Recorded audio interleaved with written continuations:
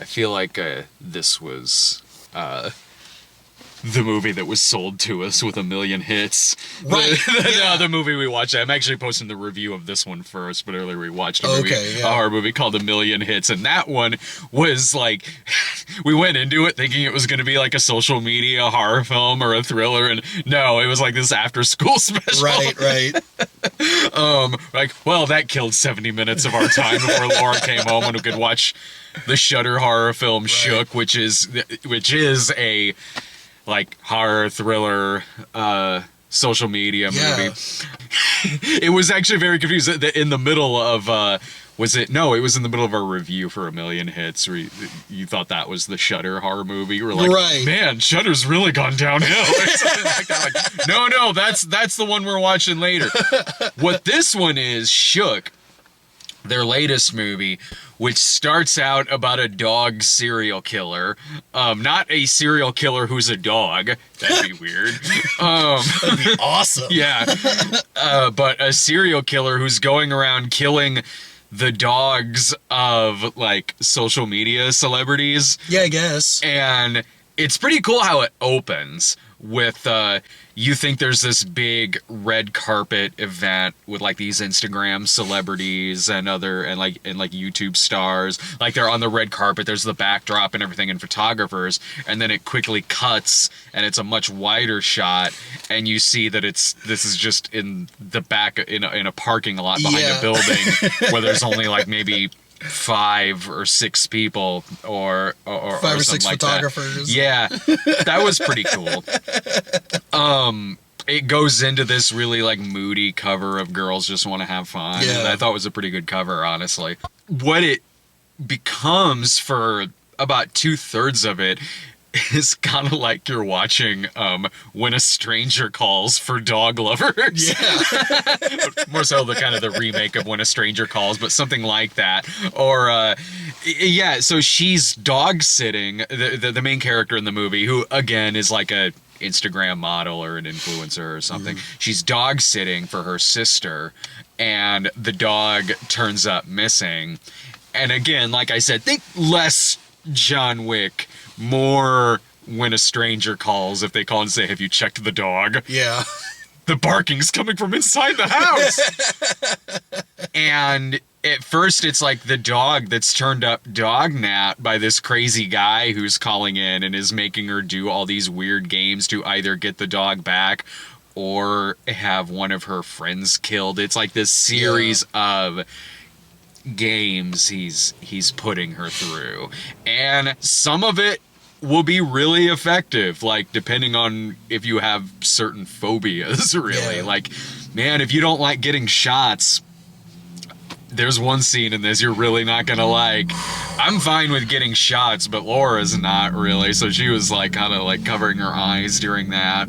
And if you don't like people seeing like someone getting their leg broken or something, there's one here it'll get to you. You might look away a little bit a couple times in this. I was digging this is the movie I was eating popcorn during, so excuse me while I'm picking my teeth in the review.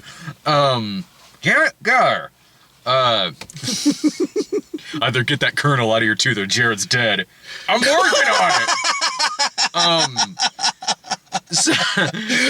Brad, he's crazy. I'm working on it. It's hard. I don't have any toothpicks. I just got my fingernails. I'm using my glasses. That's gross. You have 30 seconds. Oh, Jesus. So I was really digging how the movie was made. Yeah. Too. There was some good editing in this. I liked when there's a lot of parts where she's texting or she's on the phone or she's Skyping, she's on the computer. And a lot of this, it'll be showing projected in the background, like projected on the walls, sometimes on the tiles on the floor. There was a cool shot where there was a fight later on, and you see images of a lot of the viewers watching, and they're projected again on the walls, the curtains. Texts will show up in like a window. That was really well done, and it was a way to keep a lot of it entertaining. Like you're not losing focus, just someone sitting there just reading a text or reading their computer. They did a good job of doing it very stylish in how, like I said, how it was presenting a lot of these messages and phone calls and texts. And I was with this movie for a while, honestly. Like, it is, I will say this, like, it's under 90 minutes, and it's a decent ride. Like, it's not boring. The setup is good, and the main girl in the movie, who has to carry a lot of it on her own, she's very good. Yeah. It's a stylish film. It's well made. It is suspenseful. Like, it was a good ride for a lot of it. It really did kind of fall apart in the last act for me. I don't know about you, but the last act, I was going, this isn't as strong as the first couple of acts of this film. So you were still digging it? I mean, I guess so. Are you talking about? We're avoiding spoilers, right? So when you get to the reveal of this, it starts getting more and more and more far-fetched as it goes along. It starts turning into kind of a Lifetime movie. When the reveal comes in, and it's like, okay, let's see where they're going with this. And there were a lot of scenes that really started dragging when the villain comes into it, and you know who it is. There are a lot of sequences that could be honestly severely trimmed that go on for a while. A couple of dialogue scenes in particular. Yeah. And you start then really kind of asking questions of, well, why doesn't this person just do this or try attempting this? Why don't they try kind of seeing about doing this to this particular person? Sure. You start asking more things like that, and then you get introduced stuff like the world's dumbest suspicious neighbor who shows up at the door. Right. And like there's characters that show up to just make boneheaded mistakes just for the sake of something happening at the end of the scene. Right. And even the main character is kind of doing that, where they're making very poor decisions, so this can be drawn out for a while, and we can get some more shocking content in there. Even the very, very end, I'm like, oh, why did you do this on camera? This isn't really, I think, this maybe isn't making you look like the hero in this situation. Right. And something at the very end, she says, I'm just kind of like, why? That just felt like a movie line. Like, you're just kind of saying this because this is a movie. There was a lot of that in the last 30 minutes of this movie. Okay. It wasn't as strong as the first two acts for me. Now, I liked it. I did. I thought the first two acts were solid enough, and there was good suspense that was well edited throughout it. It did just really lose steam for me towards the end of the movie. Okay. Yeah, I guess now that you mention it, yeah, I can agree with that. I guess I didn't have as much of a problem as you did. I don't know. Right. I don't know how upset that made you, but I mean, I still liked it, so it's not like it killed the movie for me. Okay, yeah. It knocked it down a couple of grades, but it didn't. I wasn't suddenly like, well, this is a piece of dog shit now. Like, no. And it was better. It was way better than A Million Hits. God, yes. I honestly feel like this was the best movie of the night. No, I liked Flora and Ulysses a lot better than this. Oh yeah, but I mean, they're both wildly different. Well, yeah. Could you imagine? Yeah. But that one I thought was very strong and maintained a good amount of heart and likability to it, whereas this being a thriller, that one being like a family comedy, this one being a thriller, like I said, for the first hour or so of the movie, I was curious where it was all going, and it was pacing itself well, and the character was certainly likable, and it was, like I said, it was a good ride. It didn't stick the landing very well for me, but so it lost steam for me in that regard. But overall, I still thought it was good. Like, I thought it was decent. It just could have been a bit tighter, if they're gonna kind of do a lot of the stuff they're doing at the end, like tightening up a bit more, maybe another pass through the editing room, maybe just another draft on that last half hour, because it does open up a lot of questions. It gets very far-fetched. A lot of it does start not making a lot of sense. I'll say this, it felt like a lot of the characters were shot separately. Well, I'm sure because they're all on like a Phones, video phone. yeah. So yeah. So I didn't have a problem with that because You didn't? No, because I don't know how else it would be shot. Because it's not like they're in the same room together. But they were in the same house. Oh, So well, yeah, but I guess I could chalk that up to they're wanting you to question what's real and what's not. So maybe if you have some of those lingering doubts in your head about what she's being told, I don't know. Like, I'm kind of giving it the benefit of the doubt on that. Okay. But I could see that being the intent. Yeah.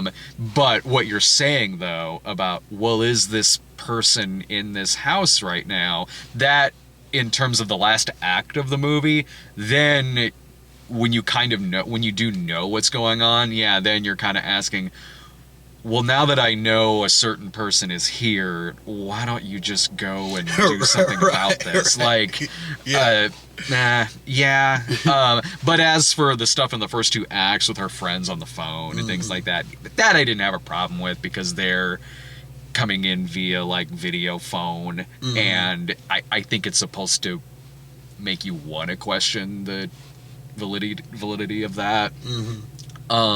So were you still did you still find it pretty suspenseful in the last act of the film? I think the very ending had a little bit of suspense, but at the same time, that kind of touch of comedy that kind of took away from it. Oh, where it just felt like a movie line. Yeah, I'm with you there. But the acting's good. Yeah. It's a very small cast. The main girl's very good. Yeah. The villain is. Agreed.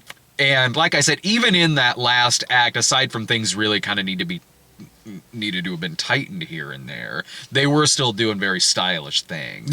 Yeah. It is a lot better than A Million Hits. No, or well, that, yeah, but the last Shudder movie I watched. Shudder's got some great movies. Yeah. But there was the last one, the one about Mary Shelley, was not very good. It was pretty hard to sit through. A Nightmare Wakes, I think is what it was called. This is a lot better than that. Okay. I've seen a couple that are mediocre. That one that was Hunted, is that what it was called? Where it was like the modern Red Riding Hood thing. What grade would you give this one? B-.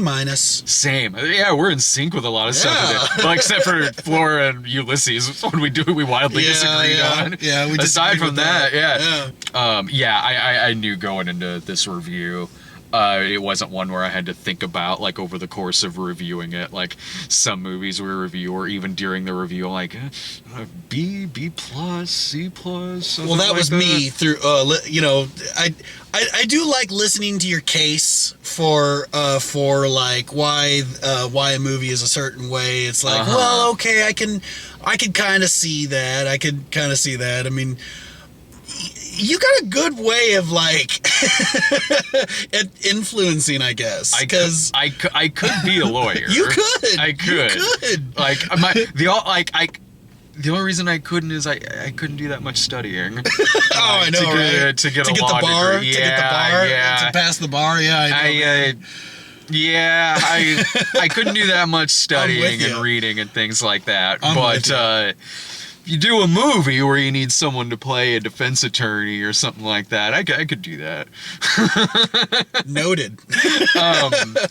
And I want to see you as like a prosecutor, though, where you're up there, nice. Being a prosecutor, and then the defense attorney comes in, and then you'd be like, he raises a good point. I don't think this guy did this.